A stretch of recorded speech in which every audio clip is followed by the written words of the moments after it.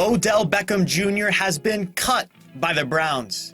The news comes just days after Odell Beckham Sr. posted an 11-minute Instagram compilation of Baker not throwing to Odell Jr. Everyone is blaming OBJ for the recent drama, and even some people are blaming his dad. But I'm here to tell you whose fault it really is, that Odell's time in Cleveland was a failure. Hello everyone, welcome back to Into Sports. I'm your host Evan. Today we're talking about OBJ and the Browns, but before I discuss that, do me a big favor and click the subscribe button. It would help me out a lot. Anyways, I always hear people say Odell is a locker room cancer. Why? Ooh, he wore a tinted visor in a game. Can't have that guy in my locker room. But in 3 years in Cleveland, the worst thing he did wasn't even done by him. It was his dad posting the compilation of Baker not throwing to an open Odell. And by the way, the video was 100% true, but I'll get to that in a second. So who do I blame for this situation? I give a large portion of blame to Baker Mayfield. This past offseason, when I watched the film of Baker, studying my quarterbacks, I noticed Odell was actually open a lot more than you'd think, but too many times Baker just wasn't throwing it, and it didn't really make sense to me at the time, and I just thought Baker would fix that, but he didn't.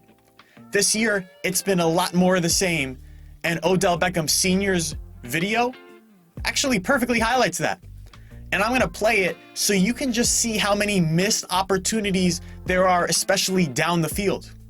Now, sometimes it's just Baker missing the throw with placement and accuracy, but other times it's just Baker not even attempting the throw when Odell is wide open. So I do think Odell is still a highly explosive athlete.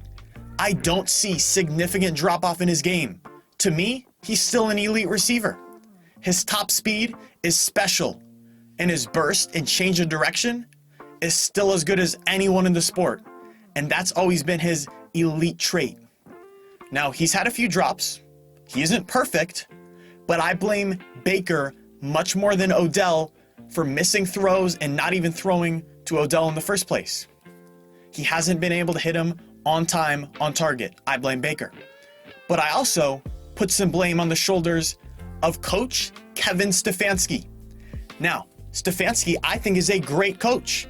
He's played a big part in overhauling the Browns and making them a playoff team. But he isn't equipped to handle star wide receivers. Now, Stefanski's teams, they run it as much as anyone. Then they throw the tight ends down the seam, in the flat, throw it to the backs in the screen game. Stefanski is a great play caller, and he's helped elevate Mayfield just with his scheme. But the problem is he doesn't feature star receivers in his offense. Remember, Stefon Diggs last year in Minnesota was the year Stefanski was the Vikings play caller. This isn't the first time a star wide receiver has potentially been turned off by a lack of opportunities. So Stefanski, as good as I think he is, can't escape this one clean. And neither can the Browns organization.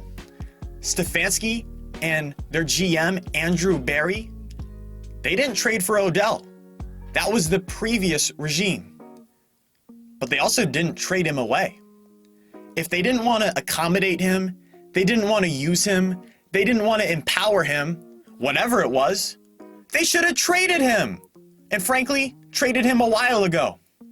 If you're only going to go out onto the water 2 times a year, don't pay for a fancy boat, because then you have to take care of it, store it, pay for it.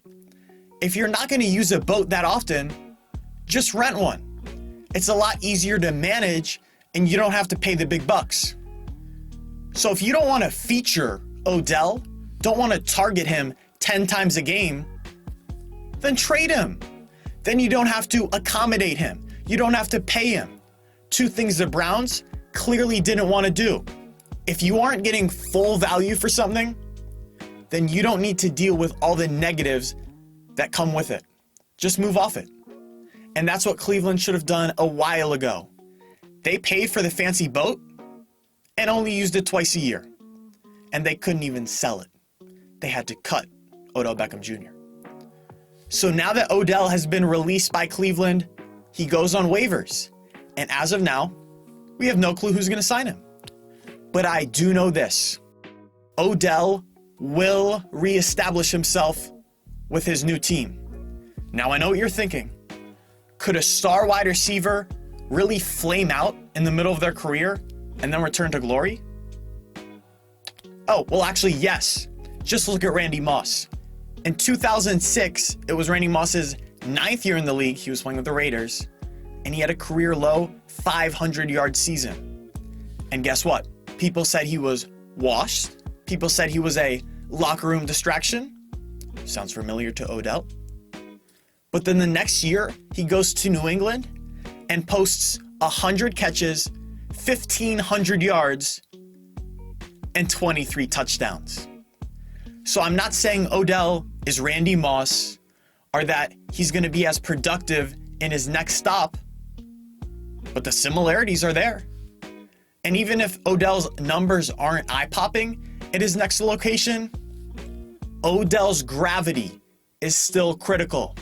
He draws so much attention from defenses that he opens up teammates. That's something that's not really discussed from receivers, but I take that into account heavily. And that's partly why he hasn't been as productive in Cleveland. Defensive coordinators always help on Odell.